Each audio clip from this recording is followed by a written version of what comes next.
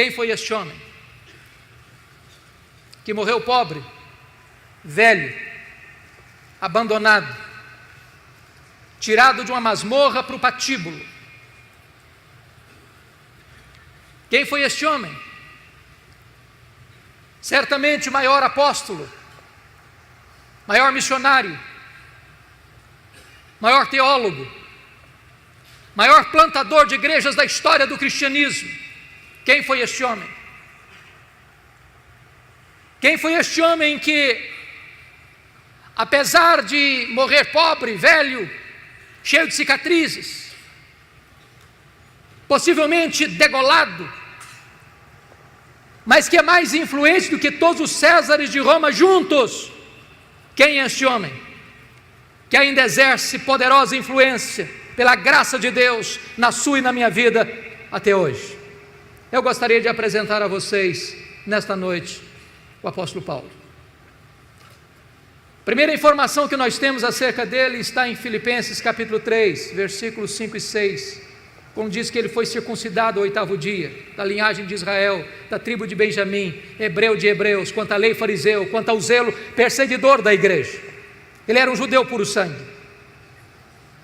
Sabemos à luz de Atos 22, versículo 3, que ele foi enviado pelos seus pais para Jerusalém, para estudar aos pés de Gamaliel, neto do grande rabino Hilel, para transformar-se num grande rabino, num grande mestre, num grande líder do judaísmo do primeiro século. Sabemos à luz de Gálatas 1,14 que dentre os da sua idade ele se destacou pelo seu zelo, pela tradição de seus pais. Curiosamente, este homem de fato se torna um grande homem, culto, poliglota, com a sua mente peregrina, com a sua personalidade prismática. Sua cultura era invulgar. Tanto é fato que quando ele chega em Atenas, a cidade de Péricles, de Sócrates, de Platão, de Aristóteles, dos grandes luminares do pensamento grego, ele discute com seus filósofos, estoicos e epicureus, e planta a bandeira do evangelho no centro da cultura grega, proclamando Jesus Cristo e a sua ressurreição. Quando ele escreve a sua carta a Tito, ele cita Epimênides, um filósofo do 6º século a.C. Era um homem de mente peregrina, era um homem de uma cultura invulgar, era um homem que caminhava com grande desenvoltura pelos corredores do saber humano. Porém, ao mesmo tempo que Saulo de Tarso crescia e se fortalecia em Jerusalém como um rabino judaico, um outro rabino também crescia em Israel, não na decantada Jerusalém, onde estavam os escribas, os fariseus, os saduceus, o sinédrio judaico, mas na pobre, pequena, esquecida e desprezada Nazaré da Galileia, não perlustrando os bancos de uma academia teológica, mas com as suas mãos calejadas na urdidura da luta de uma carpintaria. Aos 30 anos de idade, o rabino de Galileia vai ao Jordão, é batizado por João Batista e dá início ao seu ministério. Diz a Escritura que ele falava e pregava não como os escribas e fariseus, mas pregava como autoridade. Os cegos viam, os coxos andavam, os leprosos eram purificados, os mortos ressuscitavam e a palavra de Deus era anunciada. Mas isso provoca ciúmes e inveja no sinédrio judaico. Começam a persegui-lo, a vigiá-lo, a acompanhar-lhe os passos, com inveja. Contratam testemunhas falsas para acusá-lo, sentenciam-no, acusam-no, levam-no ao pretório romano, e o rabino da Galileia é condenado à morte, e morte de cruz, é crucificado, é sepultado para alívio do sinédrio judaico. Entretanto, no primeiro dia da semana seguinte, uma notícia explodiu em Jerusalém como uma bomba no arraial do inimigo. O túmulo do Rabi da Galileia está aberto, e aberto de dentro para fora, ele ressuscitou. Essa notícia perturbou Jerusalém, e é nesse momento que Saulo de Tarso se levanta como o maior inimigo do cristianismo, como o maior opositor da fé cristã. E o Novo Testamento nos oferece dois retratos deste homem. O primeiro retrato, Saulo de Tarso, uma fera selvagem. É isso que está em Atos 9:1. Ele respirava ameaças e morte contra os discípulos, e essa palavra traz a ideia de uma fera selvagem que salta sobre a sua presa para devorá-la. Ele era uma fera selvagem. Senão vejamos, 1 Timóteo 1,13, ele se define como blasfemo, perseguidor e insolente. 1 Coríntios 15:9, ele se define como o menor dos apóstolos. Nem direito tinha ele de ser chamado apóstolo, segundo ele, porque perseguiu a igreja de Deus. Atos dos Apóstolos, capítulo 8, versículo 3, diz que ele assolava a igreja de Deus. Gálatas 1,13 diz que ele devastava a igreja de Deus.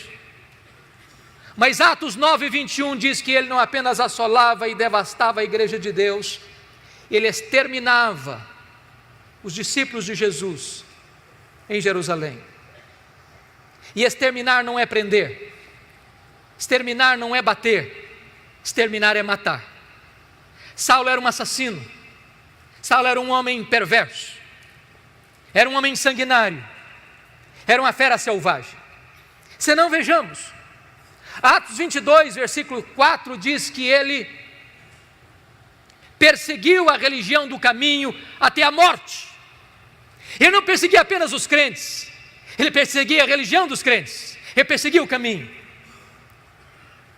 Mas lemos em Atos 26, versículo 9, que ele entendia que devia fazer muitas coisas contra o nome de Jesus.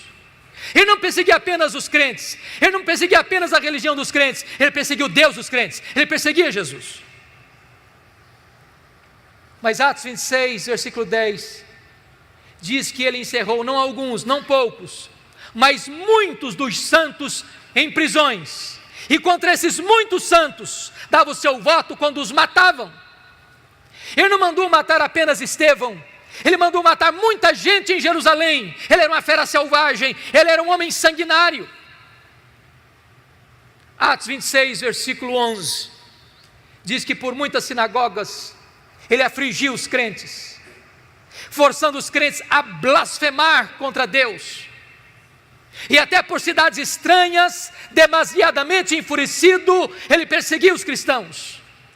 Em outras palavras, ele não perseguia os crentes apenas fisicamente, mas também psicologicamente.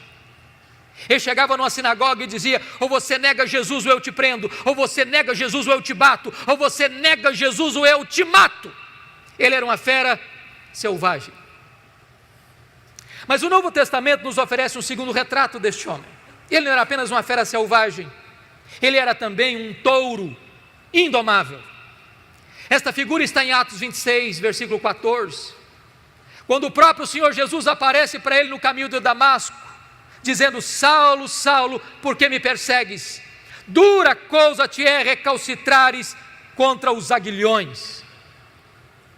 Às vezes pensamos que o Espírito Santo só começou a trabalhar em Saulo de Tarso, lá no caminho de Damasco. Isso não é um fato.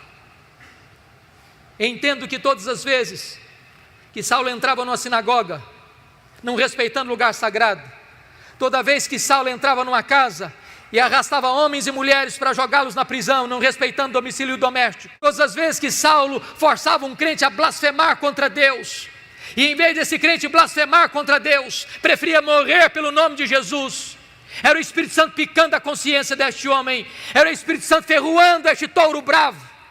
Mas esse touro bravo não quer ser amansado. Um dos instrumentos que se usa para amansar um touro bravo é o aguilhão. E esta fera selvagem, e esse touro bravo não quer ser amansado. Mas certo dia, respirando ameaças e morte contra os discípulos de Jesus, ele sai de Jerusalém para Damasco. Por volta do meio-dia, o domador de touro bravos bradou desde os céus: Saulo, Saulo, por que me persegues? Dura coisa te é recalcitrares contra os aguilhões. E o domador de touro bravos jogou esse touro bravo no chão. O touro bravo está vencido, o touro bravo está caído, O touro bravo está dominado. O maior perseguidor do cristianismo está convertido. Louvado seja o Senhor. Fecha-se aqui o primeiro capítulo da sua vida. Abre-se um novo capítulo. A preparação de Saulo de Tarso para o ministério.